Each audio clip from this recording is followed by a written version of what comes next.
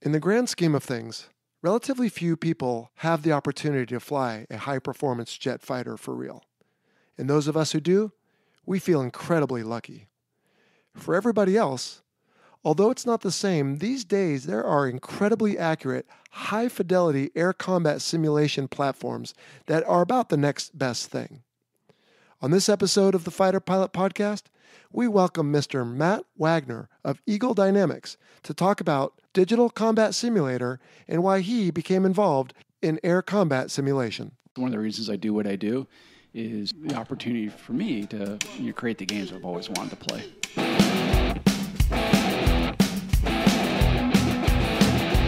Welcome to the Fighter Pilot Podcast, the internet radio show that explores the fascinating world of air combat, the aircraft, the weapons systems, and, most importantly, the people. Now, here's your host, retired U.S. Navy fighter pilot, Vincent Aiello.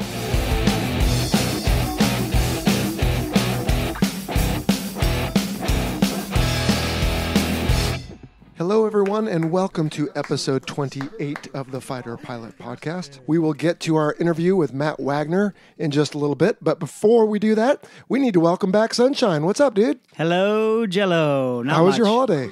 Fantastic. Went down to Orlando, Florida, and visited Mickey Mouse. Well, you must be happy. It is the happiest place, they say. Happiest and most expensive place, yes, sir. Well, as I've been telling people, this was your retirement honeymoon. Indeed. So probably money well spent. I'm sure your daughters enjoyed it. Oh, absolutely. Yeah. Their smiles were worth every penny. Well, we're going in November, so we'll be Fantastic. getting the full data dump from you. Absolutely. Anyway, what else is new? Anything? No, just a retirement officially starts. I should say I finish officially November 1st, and I picked up a job with a consulting firm. Right. And I'll be working out of the house. Okay. Oh, out of the house. Oh, dear. Yes, Let me sir. know how that goes. Well, our guest today on this episode works out of the house, and it seems to work for him, so hopefully we'll make it work for you as well. All right. Well, in my world, as you know, but the listeners need to know, I am next week heading to Atlanta. And why is that? Because I am learning a new airplane, actually two airplanes, the 757 and 767. It's like a dual NATOP squall, 2 for 1. And I guess the Rhino and the Growler are that way now. They are indeed. Okay. So anyway, I'm learning a new airplane with my airline capacity, and I don't know how busy that will keep me, but I assume it'll be a lot, so I'll be leaning on you to help us out here, dude. Absolutely. Lots of sim time for you, huh? Oh, yeah. Well, sim times and exams and briefs and debriefs and oral exams and the whole bit. So Wow. I will be dealing with that. And hopefully, though, we can still keep the episodes coming. And like I said, maybe you can help out with a little bit of that. Sure thing. So anyway, some announcements for this week. Patreon. We always like to talk about what's going on Patreon. And Sunshine, did you know Mr. Eric Otterson has been our air boss? That is the highest level. That's epic. Nice job, For Eric. 4 months in a row. Oh, no, I didn't realize that. Did you not know that? No, yeah, this dude is fantastic, keeping Eric. us afloat. Thank we sent you. him the advertised pictures twice, and now he's getting a polo and a few other goodies. So he's just been very generous, and we are trying to reward him, and we thank him. And he's not a very demanding air boss. He hasn't been real specific with which topics and all that. He's just happy to help, and he sits back. So that's pretty cool. That is excellent. Thank All you, right. Eric. And then we have a new division lead, Jared, who Jared, okay. signed up in the last week or so. And then we have 2 new strike leads. One is Jabbers, who has his own Patreon page. People can go check out if they Jabbers, jump okay, on ours. nice. They might be able to find him. And then another is Teddy Keenan. Now, Teddy has asked us to give a shout out to a buddy of his, Dylan Keppel. He says, Dylan is, and I quote, the one who introduced me to the podcast at the beginning of the year. He's an outstanding pilot and an incredible individual. For as long as I've known him, all he has strived for is to fly jets for the Marines. He has done everything in his power to put him in the best position to make that dream a reality. So big thanks to Teddy for signing up, and good luck you, to Teddy. Dylan. Dylan, giddy up. Yeah. All right. So we have a long episode. I don't want to spend a lot of time on question and answer today, but I do want to do one mea culpa, and that is I did have some listener questions on the phone that I forgot about last time when I said I had none. And one is from Rob, and we'll play that now. Hey, Vincent. Rob Wolbenhorst of Houston, Texas calling. I'm here at Longboat Key, Florida, enjoying vacation with my Fighter Pilot Podcast T-shirt. Really enjoying your podcast out on one of my exercise walks. My question, as a civilian pilot, when you're flying up in the air, I see contrails from most airliners flying overhead. So as a military pilot, when you guys are up in F-18s at high altitude, are you guys leaving contrails, or what do you do to not leave contrails to give away your position visually? Just thought I'd ask that question. Thank you. All right, so again, that question comes from Rob, who, by the way, has provided me some very good images for our daily Instagram posts. Thank you, Rob. I've seen them. Yeah, we give him credit on there. So, Sunshine, before we answer this, tell us quickly, what are contrails? So to me, contrails are going to be, the combustion process in the engine is not complete. So what comes out the back will be a myriad, we'll say, of different elements. And one of them or compounds, is going to be water or condensation nuclei. So you have unburned jet fuel, let's say carbon chains, if you will, coming out the back. Well, they act as condensation nuclei, so the water that's in the atmosphere or that's from the exhaust can actually collect onto the condensation nuclei and then freeze because of the low temperatures. So what you have are basically clouds forming out of the back of the exhaust. It's not a dumbing agent that we put out to try to get the populace under control? Not to my knowledge. They think that's what we do in the airlines, and I just think that's hilarious. Conspiracy theorists. But all right, so to answer Rob's question, Rob, we really can't avoid the sensation, if you will, that Sunshine just described. We have to deal with it just like the airliners do, except, of course, there is a tactical ramification for us. And to answer your question, what we'll do is if we have, let's say, a division going out to do air-to-air work, we will detach Dash 2, and he will start a climb, and we'll keep an eye on him. And at some point, if contrails begin to form, we will use his call sign and say to him, "You're marking," because marks, if you will, are the good guy calm brevity term for it, and cons are the bad guy calm brevity term for that sensation. And it's not a sensation. I don't know. Phenomenon. Thank you. Okay, I knew that wasn't right. Anyway, so what Dash 2 does is he reads his altitude at that moment, let's say 32,000 feet. Then he continues to climb, and if at some point the contrails stop, then we tell him as such, and then he reports that altitude. And if it's, let's say, 39,000 feet, then we know that the cons are between 32 and 39. And so, Rob, to your point, we try not to operate there if we can help it in an air-to-air type environment, and even surface-to-air considerations. We don't want the people on the ground knowing our altitude if they know where the cons are. And so we try to avoid, in that example, 32 to 39,000 feet. Cool? Fair enough. Okay. Thanks for the question, Rob. Yep. All right, and we only have time for one email question this week. This is the oldest email in our inventory. This is from Rob Evans in Catonsville, Maryland. He submitted this back in May, Sunshine, but he has submitted multi-part questions, so sometimes we only do one part and let everybody else have a chance.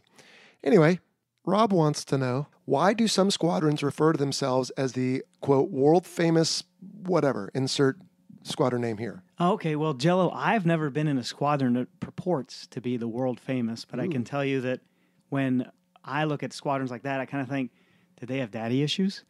So all I mean by that is no malice, obviously, toward them, but Right. It's really, there's no formal qualification to become world famous. Hey, did they capture Saddam? Did they blow something up? No, it's nothing like that. Right. It's kind of just a moniker that gets tagged on by somebody, and it kind of sticks because they put it on a patch, and then all of a sudden it proliferates. Sure, they are because they say they are. Exactly. Yeah. I don't know. When I read this question, I thought of the movie Elf, where Will Ferrell's character walks by the little hole-in-the-wall nasty coffee shop. Yeah, world's best cup of coffee. Congratulations. So, hey, you're Indeed. world famous. Congratulations. So, yeah, I can think of at least one squadron, maybe a couple others, and then a VFA anyway, and then a couple helicopter, I guess, squadrons. But yeah, I don't think there's really a good reason for that, Rob, other than they say so. Exactly right, Jell-O. Okay. All right, so let's get to the interview. Now, a couple caveats before we do. First, it is with our first non-military, non-pilot, but no big deal, Mr. Okay. Matt Wagner of Eagle Dynamics, DCS Variety. fame. Yep. And the interview itself is like an Oreo, essentially. We'll have a standard beginning and end that everyone's used to from the podcast. And then everything in the middle is me kind of just giving some first impressions while I fly the simulator for the first time. So that being said, a couple things. Number one, the audio quality isn't fantastic and there's a lot of downtime. I've done my best to make the audio better and to edit it, but it's still not going to be great. So if you don't find a lot of value in that, don't be afraid to use the little 15-second advance button. I love it. And when you hear good audio again at the end, you'll know we're back to the normal stuff. And then the other thing is that, it's just kind of real first impressions, but in there we will add some caveats for things that we think are real, or at least since you weren't able to make it. And, there might be some nuggets of information, so check it out, but don't be afraid to advance through. And then the last thing is, for whatever reason, we started having some issues again with the audio. We got to figure out what's up with our technology here at Sunshine. Indeed. A little bit like Tailhook. Don't know why it did it, but you might hear some weird audio, and I wanted to leave it because I couldn't go back to Phoenix and re-record it, and you might still find some value. So we appreciate your grace on that. We do, and I don't want you to sell yourself short, though, on your commentary, your running commentary, if you will, because back when I went through test pilot school, the Air Force test pilot school, we would work on different modules, if you will, academic modules, and one of them was handling qualities, and you had to do just what you did. You're given a series of control laws, you're going to fly it for a high or low gain task, you have to fly it, evaluate it, then talk about it. So your style, if you will, was very similar to what we did in test pilot school. Oh, great. Well, hopefully the listeners will find some value. All right, with that, let's jump to the interview on air combat simulation gaming with Mr. Matt Wagner. Giddy up. Okay, today the Fighter Pilot Podcast is in Phoenix, Arizona, and we are in the residence of every combat simulation gamer's hero, Matt Wagner. Matt, welcome to the Fighter Pilot Podcast. I'm really glad to be here, Jell-O. Yeah, well, thanks for reaching out, dude. So you are going to school me today on all things DCS. I'm going to do my best. All right, and which stands for what? Digital Combat Simulator. Excellent. So about 5 months ago, when this whole podcast thing started, I thought DCS just meant decompression sickness because in my world, that's what it meant. But someone first asked me if I knew anything about DCS, and I said, well, no, I've never had it, but my friend Vern has. And they said, no, we mean this simulation that we're going to learn all about today. And so I've been quickly getting up to speed, and you're going to help me do that even more. We're going to share some information with the listeners. What do you think? Awesome. Okay. So you've told me you listen to the show. You know the beginning. I am. Big fan. Okay, great. Well, tell us a little about you, where you are from, and what you do. And in a lot of cases, I ask people to tell us about their careers, and you should too. But I don't think your career includes any flying, does it? It does not. All Well, right. a little bit, but I guess I grew up in Virginia. All right. And after college, I joined CIA as a analyst for air defense systems. Really? And kind of cool things about that. I got to do a lot of bucket list stuff. I got to attend the lectures at Top Gun, spend time at the 547th at Nellis, the IADS conferences, and spend a lot of time just immersing myself in combat aviation, which has always been a love of mine. Even when I was 16, was in getting my private pilot's license. Unfortunately, then I had a bad sports injury that prevented me from pursuing that. But nevertheless, really wanted to find a way to pursue particularly combat aviation in some manner. And that's why after college, I decided to go down the route of intelligence and be able to work with flight crews and aircraft after that. But in parallel with that, I've always been a big geek in terms of loving flight sims. Okay. And worked with some different game developers when I was younger in the 90s and such. And they reached out to me, and eventually a couple of them had me come out for interviews. And the team who did the Jane's combat simulation aircraft, like the F-15, ended up asking me to come work for them, which I did, and helped design Jane's F-18. Then after that, moved to the West Coast with SSI, which then later got merged into Ubisoft. And that's when I started working with the guys at Eagle Dynamics who do DCS World. And originally I was their managing producer. And then at a later point I said, well, I have a lot more fun working for these guys directly. And that's what I've been doing for the past, 12 years now. Wow. And you have the good fortune of working from home most of the time. Yeah, I couldn't go back to an office now. Well, thanks for having me. This is a beautiful home. No, so you're welcome. I'm glad to be here learning about this with you.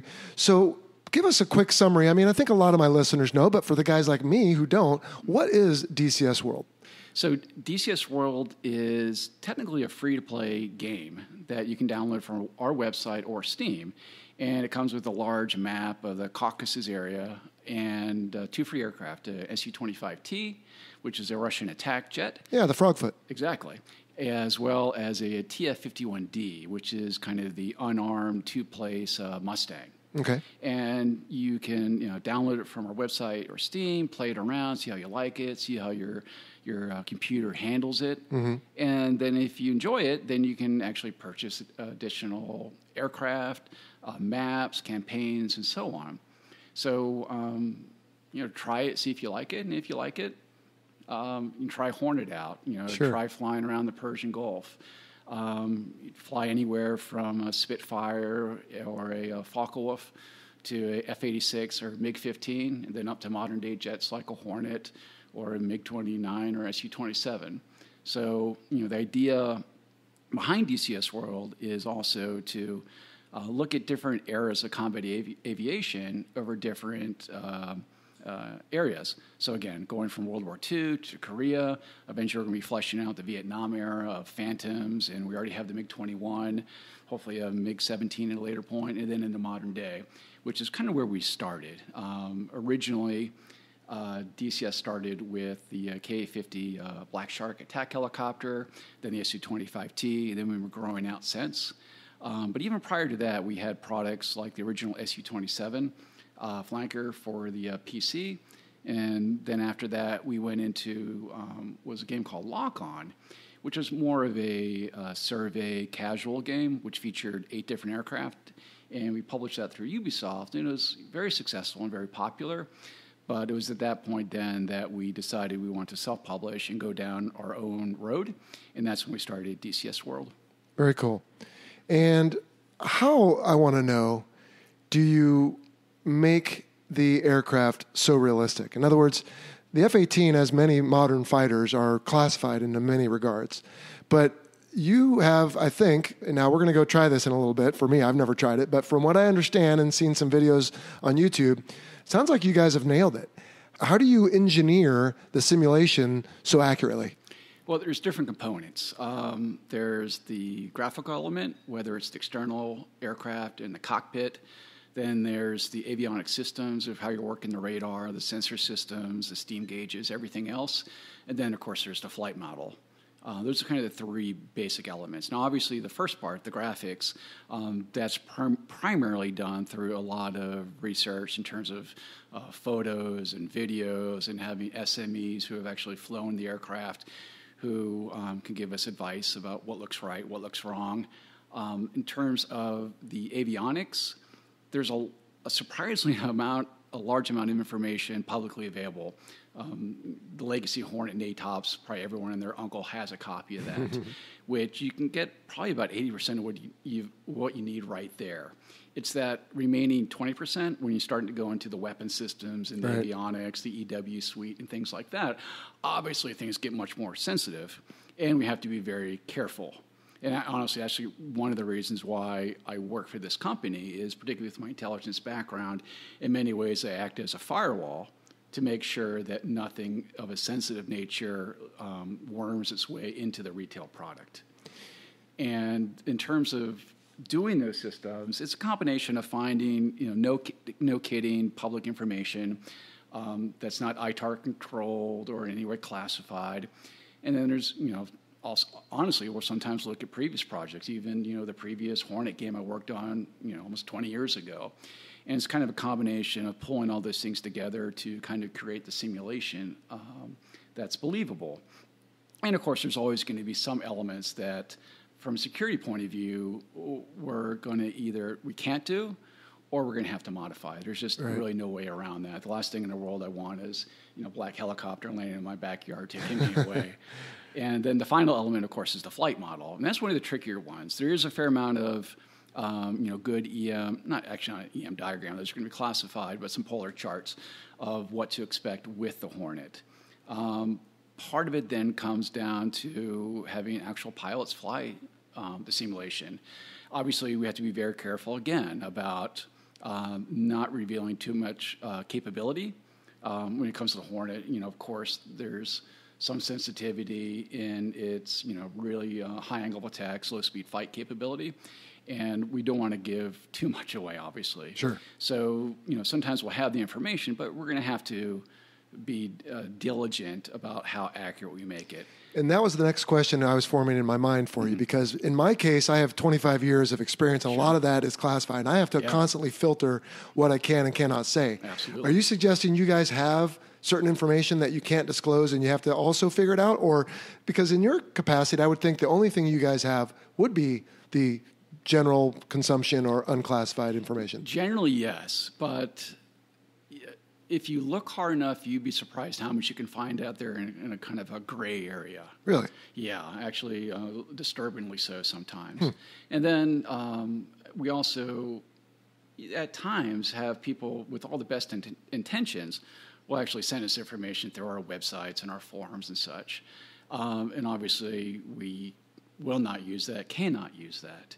So, often we will have additional information, but it just goes to an extent of simulation of particularly a modern aircraft like the Hornet that's still actively used in our services, right, that we have to be very careful about. Now, is that an Eagle Dynamics impetus, or who's driving that? Because if it's available even in the gray market, I mean, if you guys get your hands on it, couldn't an unscrupulous organization say, well, too bad, everyone else, we're going to put this out there?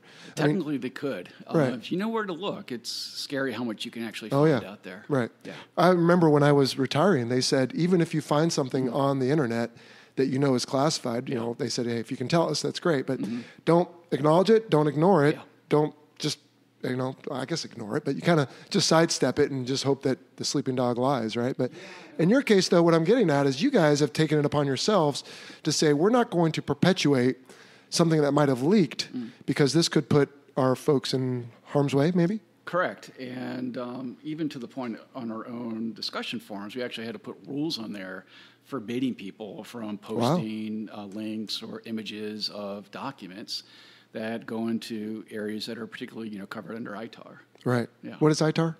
Oh, I can't remember the exact acronym, but it's basically the transfer of technology and information of a military nature outside the U.S. and its allies. And then earlier you said EM. I think we mean energy maneuverability diagram, right? Well, yeah, EM diagram. Yeah, right. So, no problem.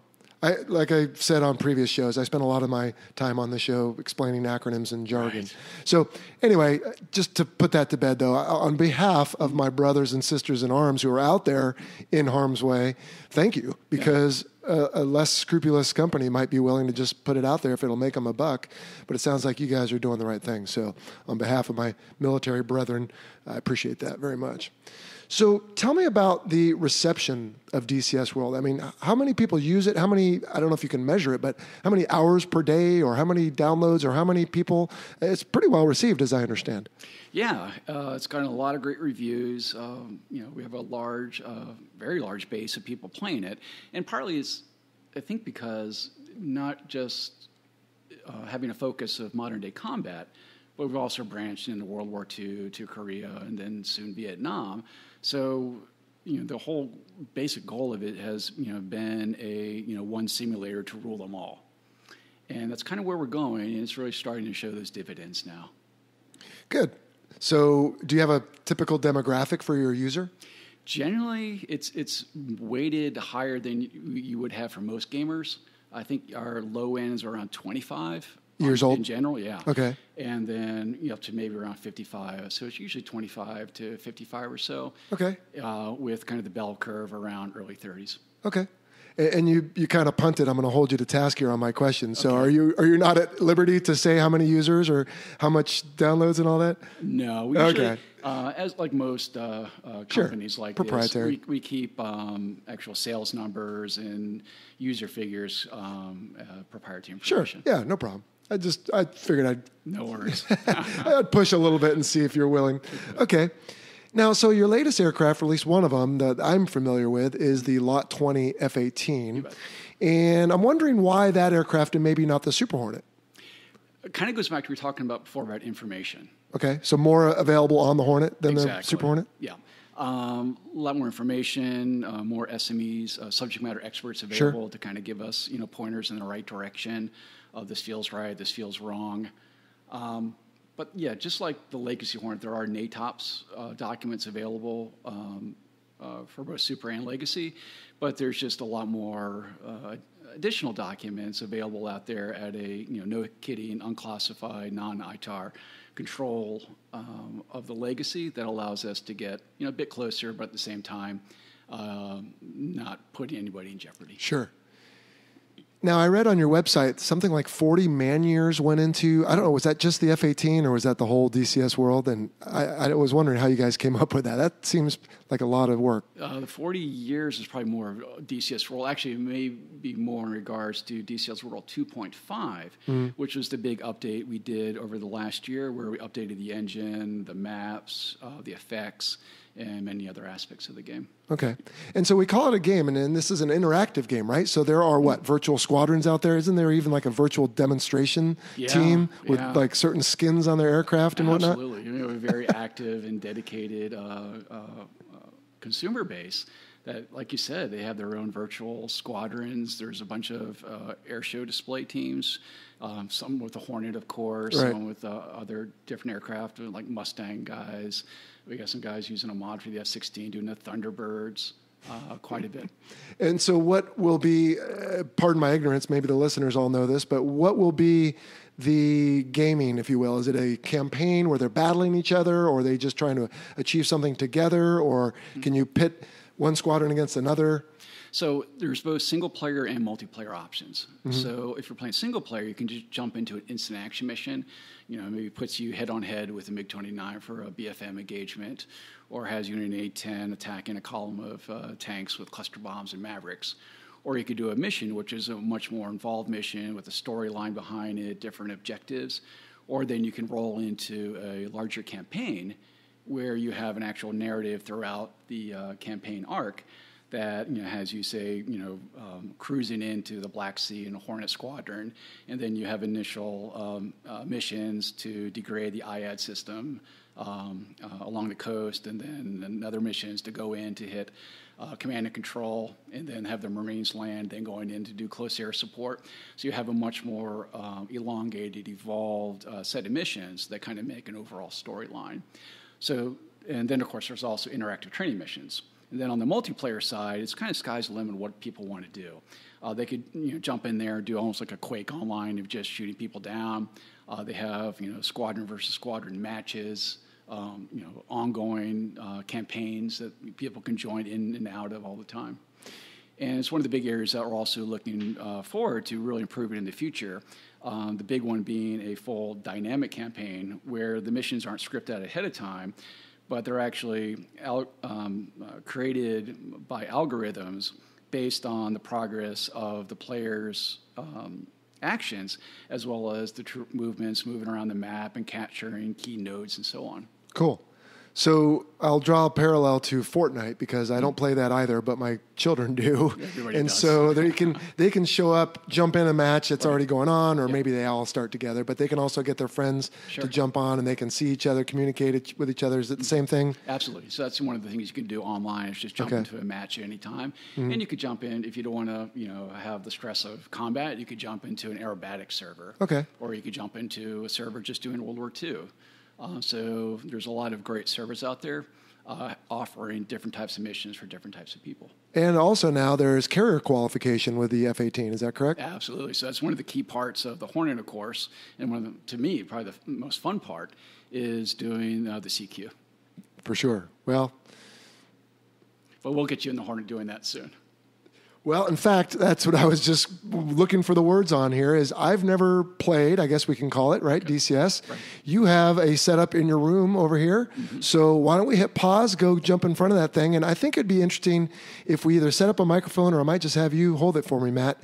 And let's start this thing up. I mean, one of the facets of this show, the Fighter Pilot Podcast, is we tried to bring realism and authenticity to air combat to the listeners. And so we talk a lot about movies because they sacrifice that a lot. And you, DCS Eagle Dynamics, have tried to do that with the F-18. So let's go jump in it. And I would like to provide some feedback for folks as we start it up and fly it around and see what my impression is, having never flown the simulator before. That sounds awesome. Okay.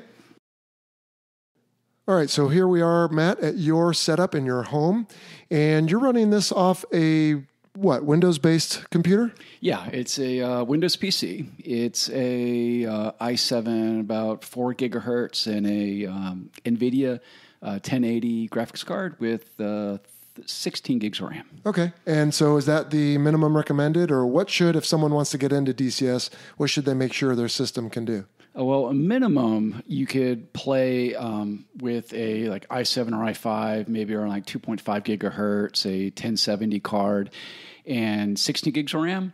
But you'll have to lower down some of the details and the resolution. But if you really want to play in all its glory, you'll probably want to have a system kind of what I have here. Okay, and bigger is better for the display too, obviously, if we're going to play a flying simulation game. Yeah, it's wonderful 4K, but even more so, it's pretty outstanding in VR. Okay. Now, I'm guessing you, this being your home office, have some sort of FireWire or direct connection. Does it work okay on Wi-Fi? It does. It does. Okay. Yeah. Yeah, we always struggle in my household. We don't have great connectivity, and I'm not a master at that kind of thing, so we always rely on my 17-year-old. He usually gets us up and running. All right, so let's get this thing going. What do we got to do first? Okay, so we'll first look on the desk here, and you may notice right in front of you have a replica of an F-18 Hornet stick. I see that, yes. And that's actually a Generation 4 prototype of the Thrustmaster stick that they're working on right now. And Thrustmaster is a company who's making gaming... components? Peripherals? Yeah. Peripherals, okay. Joysticks and driving wheels and rudder pedals and things like that. Okay, and this does look very much like an F-18 stick. Of course, the material's different because it doesn't need to be flight-worthy for real. Mm-hmm. So, all right, and what else do we have? And then on your left hand, we have a replica of an A10C throttle that will be standing in for the Hornet throttle for now. So, if someone wants to be into this gaming... Obviously, not a mouse and a keyboard is going to suffice, right? Technically, you really can play it with a mouse and keyboard. And actually, very recently, you've been rewriting the control method of using the mouse and keyboard to make it much, much more playable. But that being said, we certainly recommend a throttle and hopefully at least stick and hopefully a throttle to make the experience much easier and feel just much more authentic. Okay. Okay. So what we're going to do is we're going to go ahead and start her up. And we're simply going to do that by double-clicking on the icon up here. And this will start DCS World. And you can think of DCS World as almost like a operating system, where DCS World itself is like Windows. Mm-hmm. And then we have the different modules, which are all displayed along the bottom of the screen. They can be different aircraft and different maps as things, to take the analogy from Windows, like a Word and Excel and so on. So in the bottom here, we can see we have an A-10, a Falco 190 combined arms, which is our ground element, an F-5 Tiger II, F-86 Sabre, of course, our Hornet, the BF-109 Dora, Black Shark 2, and so on. Many, many different modules spanning different eras. Click on that F-18. I'm familiar with that one. So right now we have the wallpaper up, and what we're going to do is we can play either instant action, we can create a fast mission, play a mission, or a campaign. What we'll do is we'll go into an instant action mission here. All right. And then we have all the different aircraft listed. We have the maps we can play the mission on, and then individual missions on that map. So we're going to go ahead and let's go into, how about over Nevada? Sure. I've done a couple tours there. Okay. And we'll just do we'll start on the ground. We'll have you do a cold start. Yep. So we're going to hit the cold and dark, and it's going to load up here. Okay. So now you're going to be using the mouse here to click on the cockpit. So one of the nice things about most of our DCS World aircraft is all the cockpits are fully interactive. Every button, every switch, every lever is fully interactive. So now you're in the cockpit of our Hornet. And you're also using what's called Track IR, which allows you to move your head to essentially move your POV in the simulation. So when you look down in the game. You look up in the game. And it's not just down. I'm going to get away from the microphone to do this, but if I lean over here to the left or lean back to the right where the microphone is to have better audio, then it does that too. Yeah, it's full 6 degrees of freedom movement. And the cockpit looks uncannily accurate. I don't know if that's a real word, but let's see, 165,407. I don't know if that's a real jet, but this looks, is it? Yeah, I think it's Yuma right now. Okay.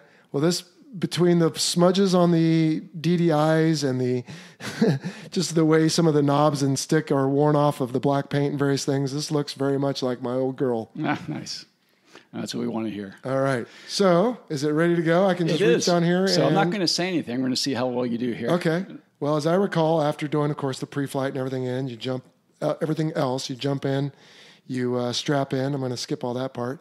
The first thing I would have done in the old days is, and by the way, it knows where I'm looking because I'm wearing this hat with that thing you were talking about. So when I click it, it's turning into an icon. What? It's giving me an option for that. It'll tell you that's switch. a clickable element. Okay. So I would usually go back and check the, what was that? The U-bat first, or the E-bat was aft, and then go up to the other one. I'd also do a fire test. We'll skip that in the interest of brevity. All right, so we got the battery switch on. Next, we'll look over here at the APU, and of course, we have an imaginary plane captain. We'll tell him the signals. So 3 fingers, APU's coming up. I hear some audio in the background, so it sounds like you have some audio clips as well as we to go with do. Everything else. We actually got a lot of really good samples from the audio, and a lot of that's because we actually have a license directly with Boeing Aircraft, and they delivered us a lot of the no kidding sounds from the jet. Really? Yep. So I wish I'd have met you at the beginning because I was looking for an F-18 APU startup for my opener of the podcast. Oh, no kidding. And I ended up having to buy something online, and someone even asked me the other day what aircraft it was. I said, honestly, I don't know, but it gets the point across. So if you're willing to share that audio file, I may have to see if I can bum it off you. All right, so I've got an APU green light. That's a good thing. Yep. So next thing we'll do is crank the left. And we're going to look inside. We've got the RPM coming up, just like the good old days. Usually the flight controls will start bumping. Anyway. All right, so at 15%, we can bring the throttle around the horn. Right. Is this? So to do that, you're going to press right Alt and Home at the same time. All right, there it goes. We've got oil pressure, RPM, temperature, fuel flow, nozzles are opening. All right, looks like a good start. Turn on the DDIs. Oh my gosh, you even have the little bitching Betty, as we call her, screaming, pull up right at the beginning. Exactly. Trailer park Tammy.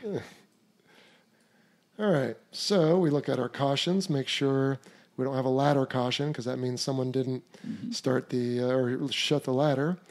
And nothing is wrong with the left engine. So I did do that wrong. See, look, already it's been 2 years. I started the left before the right. I was supposed to start the right first. That. Yeah, no, it's just me not having done it in 2 years. All right, so let's start the other one. So we're going to go back here to crank right. All right. You can go ahead and get your INS aligned. Hold on, don't tell me where that is. Wasn't that down here? Yep. INS, there you go, ground. Oops. So your SES page, you got a bunch of X's on that. Sure. We can reset that, if I recall, right down here. Yep. All right, both engines are running. He's going to check everything. We'll skip all that. We'll go to flaps half. That's what we'll take off in. We'll set the trim to, let's see, so I could do that probably right here. On the rudder trim, the silver button on the top, press that. And that sets your steps, 12. Sure. Just like regular. Okay, so we check all that out. We do our flight controls. We make sure everything's ready to go. All right, this sounds and feels and looks very authentic, Matt. Okay. Very well done. You can go ahead and close the canopy now with the switch on the right wall. And then if you look at caution goes away, very nice. If you look on the canopy frame, you can see the mirrors. You can click on those to bring the mirrors down if you want. Whoa. All right, very good. Okay. Yeah. And now you should already have your nose wheel steering engaged. If not, that's just this guy here. Exactly. Yep. Right, AWS is on. Yep. And You get your if you hold time it, on. You get your nose wheel steering high. You do. Yep. Very good. Okay. Excellent. So is it worth trying to take off, or should we just jump in to flight? Let's go ahead and take off. All right. So we got the there's a taxiway right off to your right, which will lead to your active runway. Okay. Now, you said no rudder pedals. Does Thrustmaster make rudder pedals? They do. Actually, there's several companies out there that make some really good rudder pedals. Very cool. Okay. And there's some joysticks you can buy where the throttles actually have a rocker that can act as a rudder pedal as well. Okay. And the idea, of course, is we just make it realistic, but also simplify it so we don't get too lost in the minutia of trying to do what you would normally do with your whole body in the airplane. Exactly. Okay. So we got the Hold short here coming up. All right. We'll assume we have clearance and all that. Yep. All right, here we go. Check seat. Oh, look at that. It even knows I didn't arm my seat. Forgot to arm it, yeah. That actually happens to me. It used to. Oh, yeah. From time to time. All right, so this is accelerating pretty well. Did I end up in... Oh, you got it. No, I mean, was I in afterburner here, or was that just mill power? You're an afterburner. Okay. All right, so gear. So you can press G on the keyboard if you want. G, gear, that makes sense. Yep. And why don't we arm the seat? That would always be useful. So just press that down. And also you can, on the left side of the seat, you can also tighten your straps. Really? Yep, the little knob there. Boy, you guys have really done it all. So the graphics are amazing. Thank you. And so is this anything, I mean, did you guys do all of your own graphing, or do you share it with other platforms? No, everything we do is in-house proprietary. Wow. Yeah, we create our own graphics engine mainly because there's nothing we could really find that does what we want to do, where it looks really outstanding from the grasshopper height all the way up to 60,000 feet. Okay. Some engines do really good at ground level, but not so good at high altitude, and vice versa. Okay. So I noticed when I rock to AMRAM, I thought in the old days the radar would automatically come up on the right DDI. I am in air-to-air mode, and I'm castling right, and I'm not seeing it. So I don't know if that's... I think you have to be in arm mode first. Oh, you have to arm up? Yep. Okay. I don't think that's normally the case, but I won't debate that. Oh, it's because I didn't turn on the radar. That would do it. Oh, my. This thing really is unforgiving. There we go. One more. There you go. That's hilarious. I think it would still go even without it, but maybe not. So you've had feedback, you said, on the flight control laws and various things? We have. And there's a fair amount of public data out there Sure. in terms of actually more academic reports from NASA and such, which allowed us to get pretty darn close. Yeah, I would say. Without actual impulses on the body, it does seem to track about the way I would expect. And the light, too, the sun rays and the shadows and the levels of darkness in the cockpit are all very well done. And one thing we spend a lot of time doing is the high alpha, slow speed flight characteristics of the Hornet, which obviously that's kind of its bread and butter when it comes to BFM. Sure. All right. Did you want to let me dogfight someone? Was that the idea? Sure. What we can do is we can close this mission down, and we'll set up a little BFM maybe against MiG-21. All right. Sounds good. That's a worthy adversary for me with my lack of proficiency. So go ahead and hit the escape key. So suggest you go AC on bore sight. Yeah, right now you're in AMRAM. You can push down a weapon select for winder or back on gun. All right. So we just had a merge. Mm-hmm. And there it is. Yeah. Well, this is pretty standard Jell-O BFM. All right, so let's see. He's probably at my 6th end, so I might as well go ahead and start defending. Boy, yeah, these skills are very perishable. I'll get really slow. Is it? Okay. So, yeah, 120 knots. Full after 6,000 feet. Yeah, with nothing hanging on it. It seems a little slower maybe, but all right. Are these the enhanced performance engines? They are. They're EPs. Okay. Actually, hit F2 for a second. See, we got roll the other way. See what we have under the wings. Yeah, they're clean. Oh, just guns. All right, so where is this guy? So hit F5. It'll show you him and you at the same time. Okay. So there he is. Well, he hasn't shot me yet. That's a good thing. I don't know. Low I am to the ground at this angle. Uh-oh. Did I just hit it? Yeah, I think you warned it. All right. Jell-O 0, MiG-21 1. All right, I demand a rematch. Okay. Oh, boy. Go ahead and hit the escape key. Okay. You want to try a different aircraft? No, give me that guy again. Okay. Now I need revenge. So obviously some of it is figuring out the controls in the system, but another part of it is that, guess what? It really is difficult to dogfight. It is. Establishing that situational awareness is probably one of the most difficult things for particularly people not accustomed to this type of game before have trouble with. And there's an element of it, too, because you're not physically immersed in it, that it is a little more difficult. But I think with some experience, obviously people probably get quite good at this. Oh, yeah. There's a lot of guys online who are certainly much better pilots than I am these days. Well, right now, this computerized MiG-21 is better than me. And the other thing you may notice, too, is when you're flying a game from a desktop, your joystick has very little overall travel compared to, like, the stick in the real plane. Right. So sometimes that muscle memory takes a while to kind of get adjusted to. Right. With that much. And it's probably worse for people who have muscle memory compared to people who've never done it before. Absolutely. It's probably one thing that struck me most when I had some time in the Hornet sims was just the stick forces, and the stick travel was just so much different than what you have in most like desktop games. So are you guys working towards that, or you just accept that there's certain things that you won't be able to do? Yeah, unfortunately, it's one of those issues that really is a hardware, and that's why a lot of these guys who actually build their own home cockpits, they basically have sticks that are mounted to the floor, where they have the correct throw distances to have that correct feel. Well, my old Top Gun instructors would tell you this is pretty standard for Jell-O stuff. Let's see if I can figure this out and we can vanquish this guy. And then I'd like to try, you have a set of virtual reality goggles to try too, right? I do. So I think you're going to really enjoy that. Okay. Well, let's see what we can make with this guy first. And then if I end up running out of gas. Is my fuel bleeding down, by the way? It should be down in your IFE. 2.8? Yeah. Oh, wow. 20. Make it your 6 is better than no make it all, they say. Saddling up. That's to my advantage. Pirouette.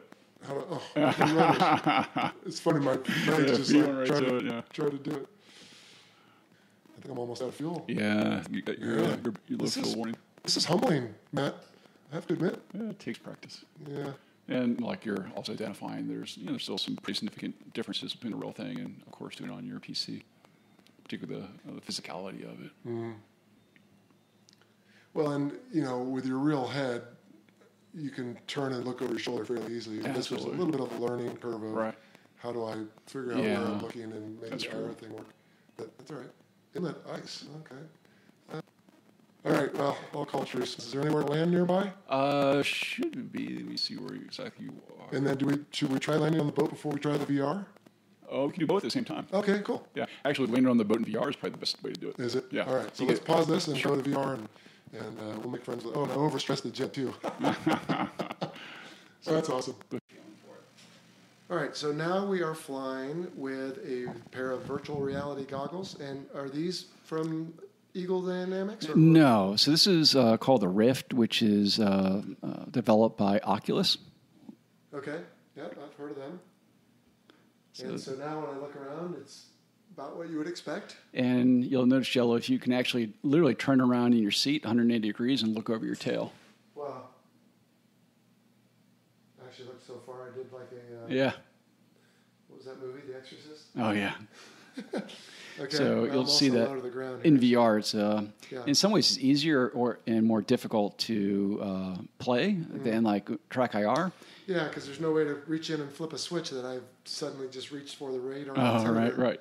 So when you're in VR, you can still use the mouse, and that's probably the easiest way to interact with the cockpit. Okay.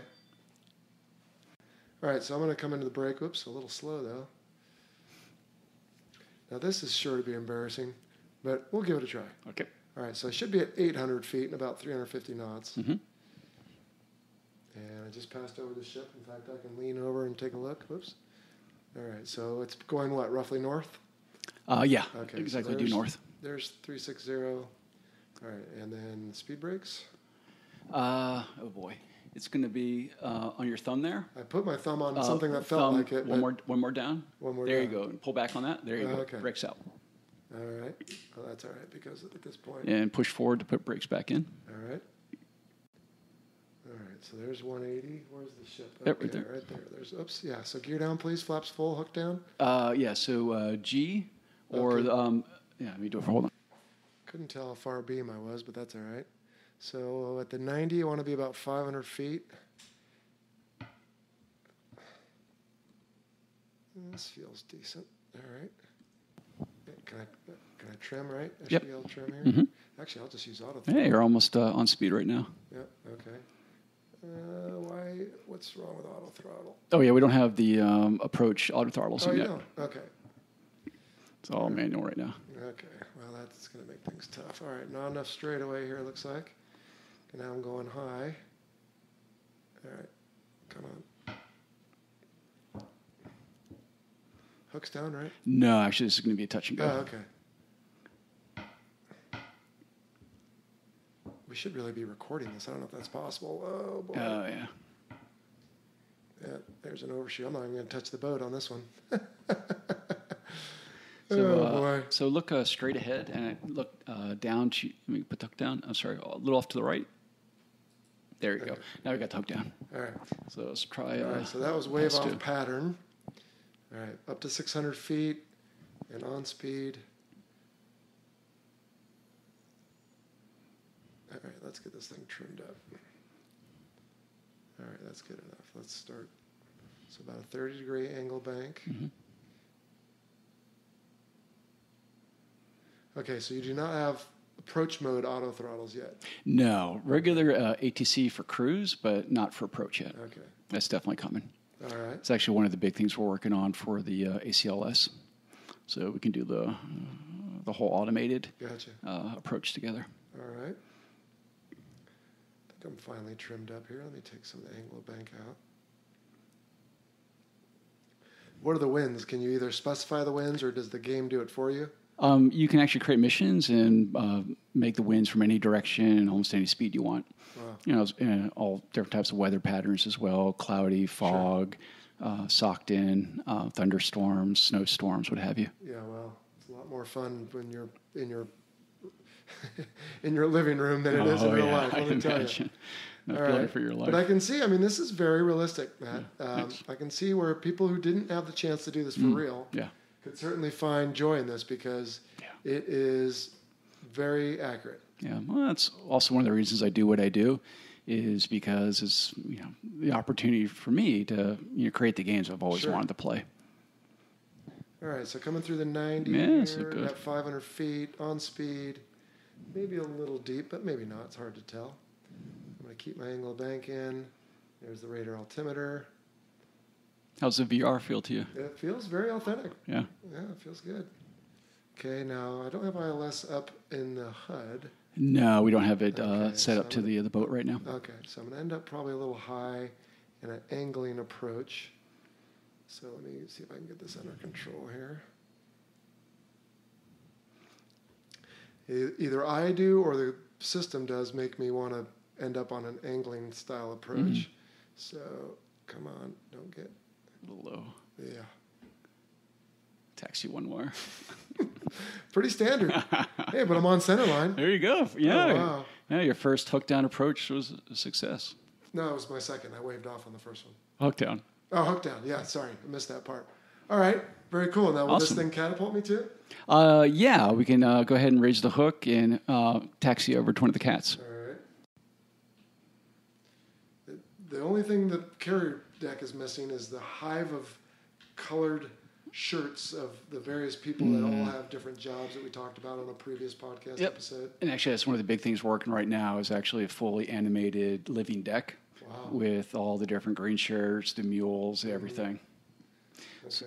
How close do I have to be here? Pretty darn close. So you're going to have the launch bar right ahead of the shuttle. Okay. So I probably went too far. Probably, yeah. Well, we can actually restart and do a launch from the very start. All So right, go ahead and hit escape. So we'll do a cat launch. And so I assume either the game or some plugin has the ability to record what you're doing so you can make YouTube videos? 'Cause Absolutely. I've seen some. So I do quite a bit of YouTube videos myself. Okay. So what I do is there's embedded NVIDIA software for the graphics card that I can record everything I play. Then I can convert to a YouTube video later. Cool. All right. Okay. So you're on the cat, essentially ready to go. So all you're going to have to really do is once you go full throttle, it will essentially automatically give the cat officer the signal to go ahead and launch you. Okay. But one of the things we're working on now, kind of concert we were talking about before with the populated deck, is also the full launch procedure of kind of the whole orchestra of the guys going around the aircraft, setting up the launch bar and the holdback and everything else. Okay. Now I wonder if you go to reject 1 on the HUD and then back to norm, I believe that resets the peak G. I don't know if anyone. Oh, interesting. Actually, I didn't know that. Yeah, That's, I'm pretty sure it does. let's go, It's take a look. over here, right where I'm looking, right? Yeah. Yep. Otherwise, let's see, and then go back. Right. Yeah, there you go. Yeah, it did. I used to always do that because I hated looking at peak G at that point. Nice. I didn't really care. Okay. All right, so I'm going to go to full power. Oh, okay. we Go not back. ready? All Sorry. right, too late. We want to go ahead and set your trim for takeoff. Actually, is Okay. it already? I think it actually, yeah, it's already 16 on the stabs.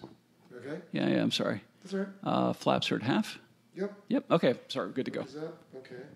So, the throttles do advance when I advance your destiny. Oh, yeah. That's cool. Same with the All right, stick. so the launch bar, I'm looking There at. it goes. Okay. So the launch bar was still down. Oh, yeah, I didn't raise it up. No, but it raised up on its own. But Right. that's generally in real life something you would do. Yeah, before. exactly. Okay. All right, I have to try another landing. Okay. Let's see, though. Is it still 360? Land up? Yeah, I think so. Now, the audio's kind of down, but who's talking? Is that the air boss or someone? Yeah. So, again, part of the whole carrier operations is also all the new radio comms for case 1, case 2, case 3 as well. So, and hopefully we'll have a really good voice actor for the LSO. Yeah, I wonder if we should talk about that or not. The throttles are very smooth, which is a testament to their manufacturer. I would say in real life, though, they have a little bit of a granular feeling probably because dirt and dust and junk. Oh, right. Sure, yeah. So they should almost impose a little, I don't know what to call it, but a little less smoothness. Right. All right, so I've been angling before. I'm going to not do too wide. On speed looks great. You can train a monkey. You can train me eventually.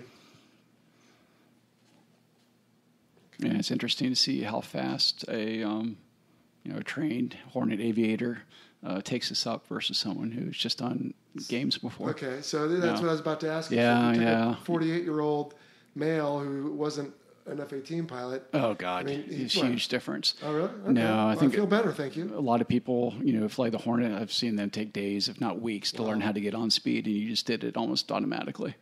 Well, like I said, some things are coming back. Yeah. Other things are coming back that I wish they wouldn't, like crappy ball flying, but I'm trying. We got a chance on this one. Oh, I was wondering why your speed is so high. Your flaps are up. Oh, dang it. Yeah, you've got to put your flaps down to 4. Well, then let's go around. Okay. Let me go around and floor your flaps. Wave off flaps. Yeah, that'll earn you a wave off or a no grade or something. Oh, there's a helicopter too. That's pretty cool. Yeah. So I have to know, do you have any reports of people getting quote unquote airsick in the simulator? Not so much for this specific game. Usually when people get that airsick feel, it's usually because they're playing something in VR at a relatively low frame rate. So what happens is what they see in the game movement doesn't match 100% their physical movement. Sure. And that's when you get that disconnect in the inner ear, which can cause that nauseous feeling. Yep. Yeah, we talked about that with Cyclone in episode 6, I believe it was. Oh, okay. Awesome. I will confess to you, Matt, I actually feel a little bit of it right now. Oh, a little bit, yeah. That old familiar kind of metallic taste a little bit. Just a little bit of a pit in my stomach. And I wondered if it was from the flying, but let's blame it on the frame rate. I like that. Okay. I like that answer better. Okay, a little high at the 90. So if you are able to get the ICLS up, I'll tell you, it'll probably help your folks because they'll be able to figure out kind of early on where they're looking and how they're doing. Yeah. So right now, for example, I see the green datums, but I don't know if I'm high or low. Right. Well, we can do it for the next pass. We'll go ahead and put it on for you if you'd like. Come on. Or if you want, we can do a case 3 next time. Ooh. Sure. You notice we got the eye floss. Yeah. Another taxi one. Yeah. Oh, skipped a couple, looks like. Yeah.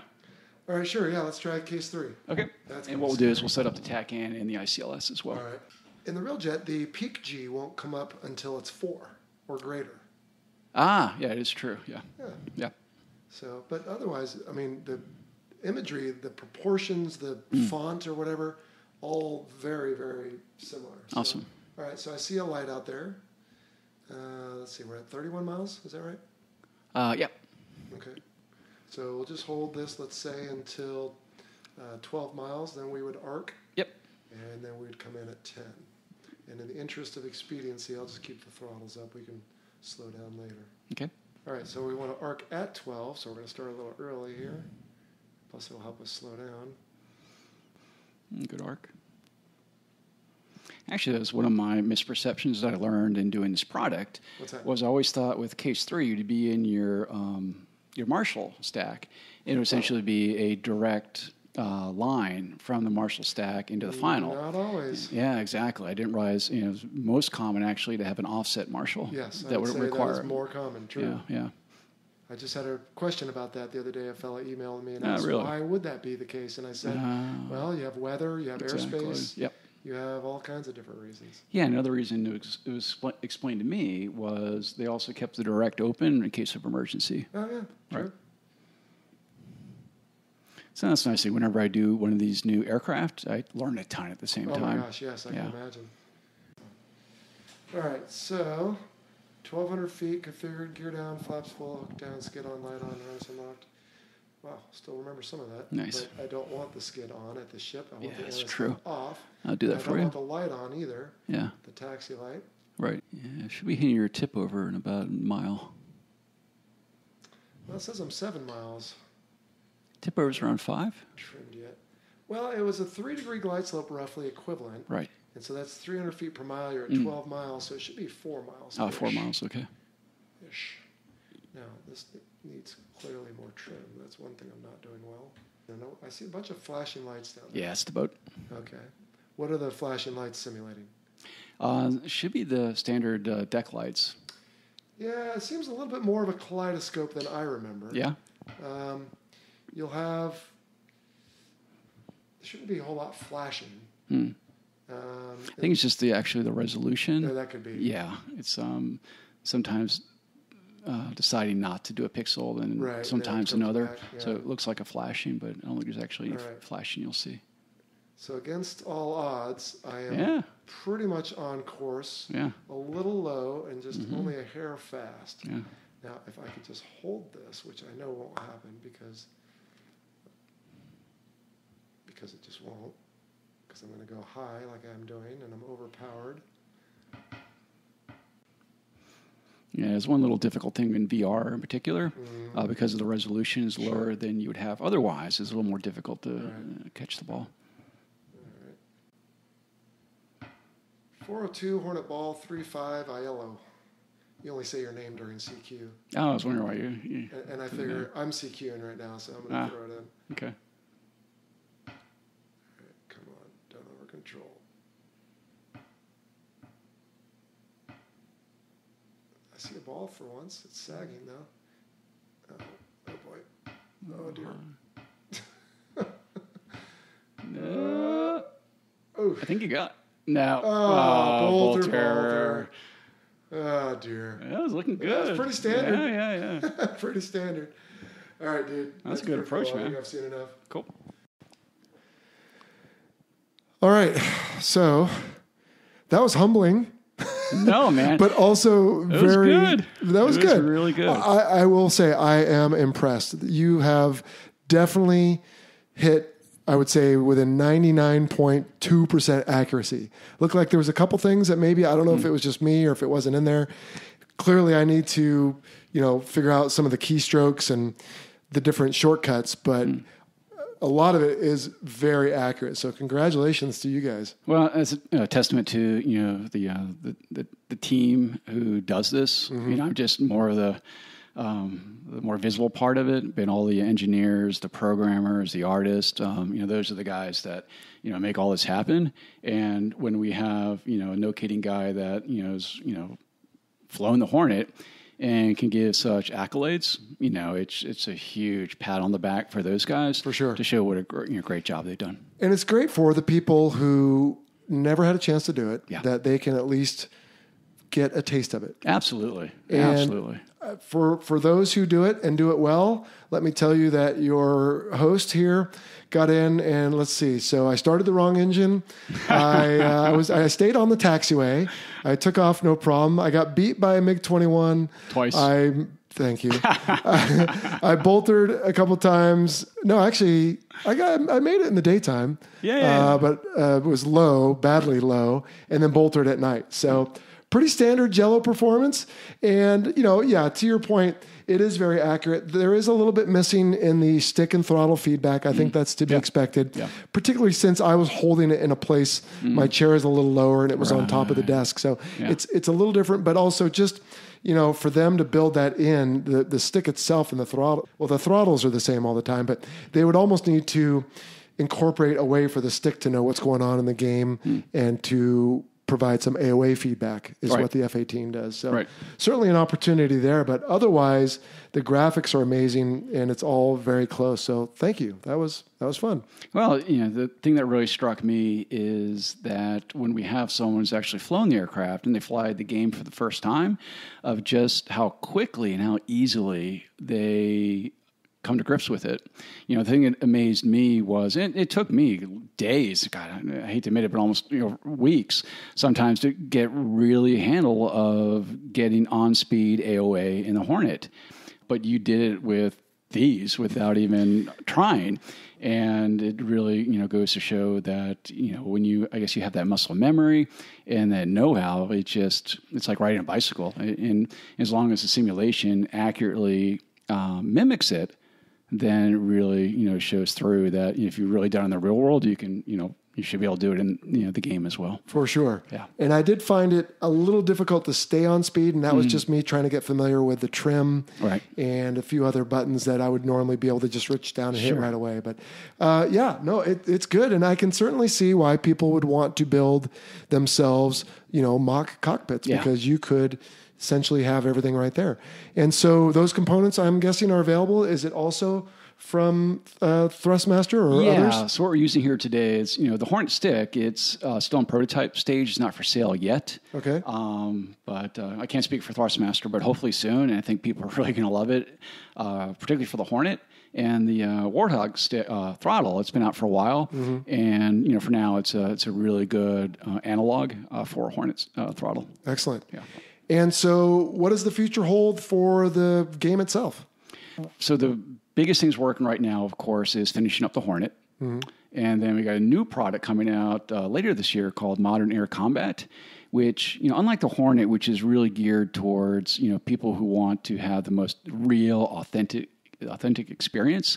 While it's great for those folks, a lot of folks out there, are a bit maybe intimidated. They don't really want or have the time for a huge study period to learn the aircraft. So Mac is designed more for people to kind of come in and have fun, but also use a lot of the same technologies and assets that we use in DCS. But it gives people kind of a more easier way to kind of enter our kind of general space of simulation. Okay. Yeah. And so also adding, I'm guessing, new maps at some point? Yeah. And any new aircraft on the horizon you can tell us about? So one of our partners is developing the F-14 Tomcat. All right. Both an A and a B version. Okay. So that's going to be awesome. Another developer is developing the F-15E Strike Eagle. Okay.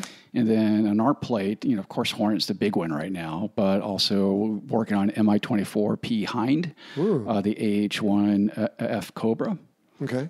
P-47D Thunderbolt, and another surprise we'll be talking about soon. Okay. Well. And then map-wise, the big one there is the Syria map, which, given today's news, it's going to be a pretty interesting map, not just for today's news, but also, of course, you have the 83 operation, you have all the Arab-Israeli wars as well. So we think it's going to be a lot of potential for that map too. Very neat. Yeah. Now, the two aircraft you just mentioned both have a crew of two. Yeah. Do you foresee in this game an opportunity where you're here in Phoenix and I'm in San Diego and you're in the front seat and I'm in the back seat of the same airplane? Absolutely. Actually, we could do that right now. Really? So we have one helicopter, the Gazelle, which you can do that. And then we have the L-39 Albatross, where you can do front seat, back seat multiplayer. And then we'll be doing it for the Hind, of course, and some of the older products. And then, of course, our developer is doing the Strike Eagle. I'm sure that's very, very much top of their list as well. And did you notice I put you in the front and me in the back? I did hear I'm that. deferring to you, Matt. You're the expert. All right. Awesome. Well, what's the future hold for you? Are you obviously enjoying this? You're going to keep doing it for as long as you can tell? I've had other opportunities come up over the years, but boy, it's hard to beat what I'm doing now. It's this has always been a deep passion of mine since I was in single digits. And I can't see myself doing anything else at this point. It's not just a job, but it's a passion. It's a joy. Okay. And I'm very, very lucky. Cool. Yeah. Well, I think you have touched on something here that a lot of people obviously like, and they enjoy it, and it's successful. So congratulations and thanks. And you've watched the show. You know that we always end with a call sign. I haven't even used yours, but Matt Wagner, Wags, I guess that one's fairly easy. Pretty and you being a straightforward. civilian, did you give this to yourself? Well, so I've had two others over the years. Okay. So when I was younger, it used to be called Thumper. Thumper, 'Cause I okay. used to play bass guitar in a band. And then I think I mentioned years ago, I spent some time at Fallon at Top Gun. Okay. And the guys gave me the call sign Spy. Spy, of course. Of course. Because you were the intel guy. Okay. Exactly. Excellent. All right, Wags. Well, thank you for opening your home and your DCS simulation game here to me today. I learned a lot. I'm humbled by it, but I can certainly see why everybody enjoys it. So on behalf of your, I'm sure, thousands of fans of the game, thanks for what you're doing, and we look forward to all the new stuff that's coming out. Thanks, Jell. I really appreciate the time to talking to you and your listeners. All right, see ya. Okay, well, another long interview, but what were your thoughts on that there, Sunshine? I really liked it. I was able to listen to despite the clipping and the audio issues that we had, that I liked the way that you evaluated the jet, you thought about it, and then you gave your commentary on it. So really enjoyed that. There was a discussion about the Alpha command or the AOA command. You mean like the feedback in the stick? Yeah, exactly right. So with the control laws, if you will, so basically it's run by a computer. The computer needs software. The software is generated by coders. So the coders get to prioritize what the jet's looking at, and there's several feedback loops for the jet to include G's, pitch rate, and angle of attack. Okay. So the Hornet at a certain speed, or I should say above a certain speed, has something called stick force per G. So in other words, when we're flying around Jell-O, let's say we're flying fast, we're probably dogfighting, doing something that's very high gain. Mm-hmm. We may not have time to always look in the HUD at the airspeed. So what we can do is we have an amount of force that we exert on the stick will command the jet to a certain G, if you will. So that's a maneuverability kind of input, if you will. So that's at a certain speed. As you drop below a certain speed, they start to blend in pitch rate feedback. So because as the G starts to fall off, if anybody has studied a VN diagram, so that'd be velocity versus G onset, if you will, that you can, there's a kind of a corner, we call it corner airspeed, where you got stall margin if you keep pulling below a certain airspeed, and you can max out the jet or max G above the certain airspeed. Okay. So when you get into that regime where you start to approach corner speed or get below corner speed where you're stall limited, then the jet is going to start to use pitch rate feedback. So you can pull on the jet and you can increase the pitch rate of the nose, if you will, which is very important. Now, for us in the Hornet, when you move the flap switch out of auto, that removes those G and pitch rate commands and induces now control laws that look for alpha or AOA, which is going to be very big for us when we're coming in for landing. Wow.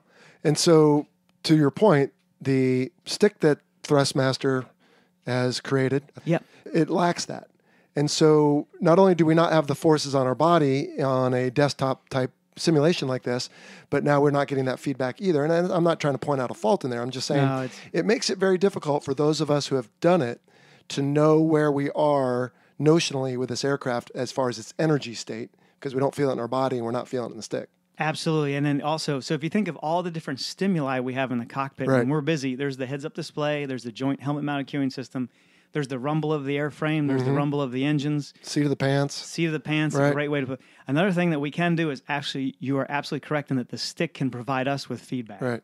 And there's also, perhaps we'll have an episode down the road where they actually talk about an audio or aural horizon, where they've done some experiments when I was teaching at the Naval Academy where they had a cockpit that had no canopy to it. This was on the ground. But then you would listen to certain tones out of different frequencies, we'll say, out of each ear, and you could level the plane by listening to the different frequencies and knowing, hey, if the tone on the left equals the tone on the right pitch-wise, then you're level. So there's so many different ways. And they've also explored looking at vibrations to put in our G-suits so that we know, hey, for example, our radar warning receivers, besides just having a tone, because we can get inundated with audio sounds, that they actually can have different vibrations in our chest to show, hey, or our shoulders or our back to show, hey, the threat is coming from our left shoulder or the threat's coming from the right shoulder. And this is real-world stuff you're talking about, not simulation. Correct. I'm sorry. This is experimental. Yeah, but that's pretty cool because I would think there could be an application for that in simulation. And what I wanted to say earlier is even in the military simulators that you and I have used all through our careers to be proficient or get caught up on something or learn something new, they don't have any motion, not anymore. Correct. And even though the cockpit is more or less exactly the same as a regular one, there's still stimuli you're lacking and the visuals, even though they're as good as what is available in the DCS, it's still just not quite the same because the human eye can tell when there's a screen there or not. But overall, dude, I don't know if you could tell in my comments, but I was very impressed with the DCS system. Sounds like it, yeah. Yeah, part of it, I think, was that he had a very large and high definition display that I was looking at. And I did try the VR as well, and that was pretty cool. But overall, you can tell the engineers did their homework because it's just spot on with the way the light comes in the cockpit or shadows or just the fact, like I said, there were smudges on the DDIs and stuff. Yeah. It was all very, very good. And in fact, BS, our episode 25 guest, was corresponding with me the other day, and he emailed me this. He says, I was poking around YouTube after our conversation about DCS. Crazy level of realism. Looked like real life. So that's coming from a guy who's out there doing it right now, and he was impressed too. So yeah, they've definitely nailed it. Well, I'm not only impressed with their fidelity in their representation of the cockpit, but also the amount of responsibility that the engineers and software designers have not to give away too much information. Yeah, you know what? I wanted to touch on that too. Very impressed by that. For So sure. their discretion, I would call it. And I did look it up, by the way. ITAR is International Traffic in Arms Regulation. And so they have taken that to heart, and they're trying to protect men and women in uniform. So yes, that was a huge takeaway. So hats off to them. Yep. And then, if I may, I want to give an excuse for starting the left first, and that is for the last 2 years since I flew an F-18. That is how we start the 717, is the left engine first. So negative training. I guess, I don't know. I'll take my lumps. That was my mistake. But, it's funny. I hadn't thought about starting an F-18 since December of 2016 when I flew one last. And so I just kind of went back to old habit patterns or I should say new habit patterns of starting the left first. So anyway, all right. Well, I thought that was a very interesting discussion. And while we are talking, if I may, Sunshine, about aviation combat simulation gaming, let me tell you about Hampus Bankler. Okay. He's from Sweden. And he has a background in the Swedish Air Force, serving as a mechanic on the Saab Gripen. You ever get a chance to fly one of those? No, but that is a sexy-looking plane. Oh, yeah, I agree. Totally. Love it. Looks so fast. Anyway, these days he is in the indie game development business, and the game he's currently making is called Sky Knights with a K. Sky Knights. Yeah. Okay. And, of course, it's all about fighter jets and an ode to Top Gun and other aviation movies of that era. So I'm thinking like Iron Eagle, maybe. Oh, okay. And the game costs about $10 and is available for PC on Steam. And he has asked me, since he loves the show and promotes it on his site, that if we could mention that if you're into gaming and into Top Gun or the 80s in general, go check out skyknights-game.com. And I think we can put a link to that in our show notes. That's a great idea, yeah. And if you go over and check it out, it's not that much. Let Hampus know that you heard it here on the Fighter Pilot Podcast. But yeah, it's a fun, top-down view of air combat stuff. It's fun. There's some YouTube videos you can check out, and a couple guys on there bantering about shooting things down and getting blown up by surface to air. So looks pretty cool. Something worth checking out. Yeah, for sure.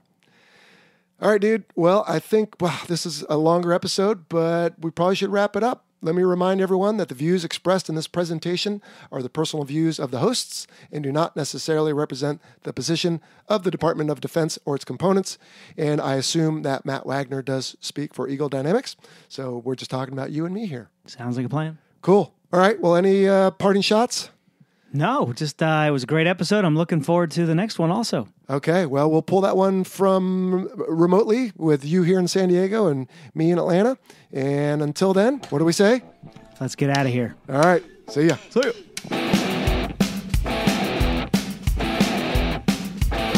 Thank you for listening to the Fighter Pilot Podcast. Got a question for the show? Send an email to questions@fighterpilotpodcast.com or leave a message on our listener line at 877-MACH-101.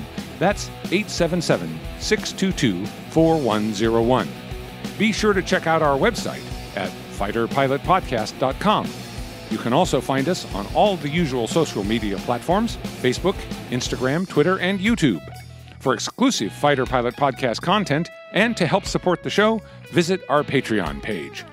Please like, follow, and share us with your network.